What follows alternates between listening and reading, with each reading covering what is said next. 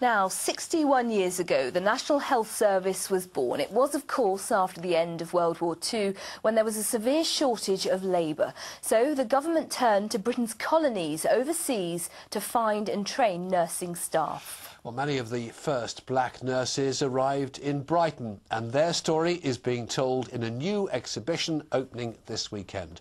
Derek Johnson has the very latest in our series marking Black History Month.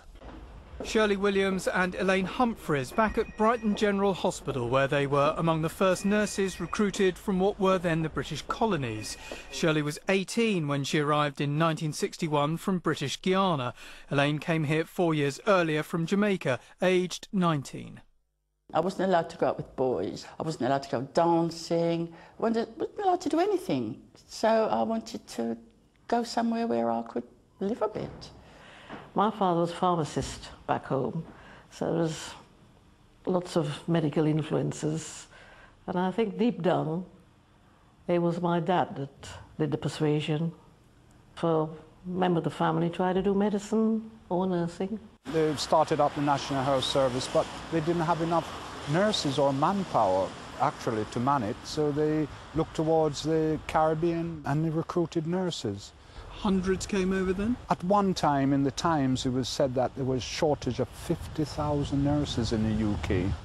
The Brighton nurses have told their stories in a new exhibition, Time and Place, which starts this weekend at the city's museum and runs until mid-December.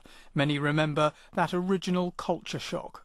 We were brought up to be respectful. I saw this lady coming down the stairs. I didn't know who she was. So I stood at the bottom of the stairs, bowed and said, "Good afternoon. You do not address me unless you are addressed." I thought, oh dear, is that how they do it over here? And I found that quite scary. That was matron, was it? No, it was one of the sisters. They were worse. A lot of newcomers were homesick, but the girls that trained before me, they looked after us. So they made life much easier for us, and the encouragement we got from them to, this is what you've come for and this is what you're going to be doing, no playing the fool.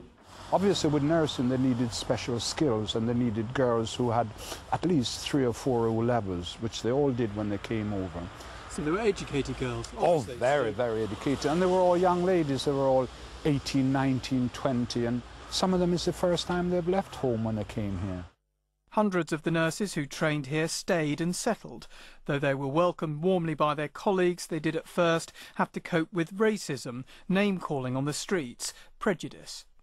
What I say to the young people now is that you should look at us and be really grateful, because we're the ones that paved the way for you.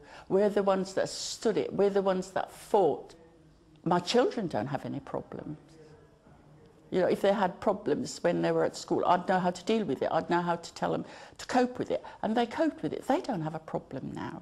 We're still achieving, I think. I don't think we're in a scrap heap. I'm still nursing, and I'll be 68 on my next birthday.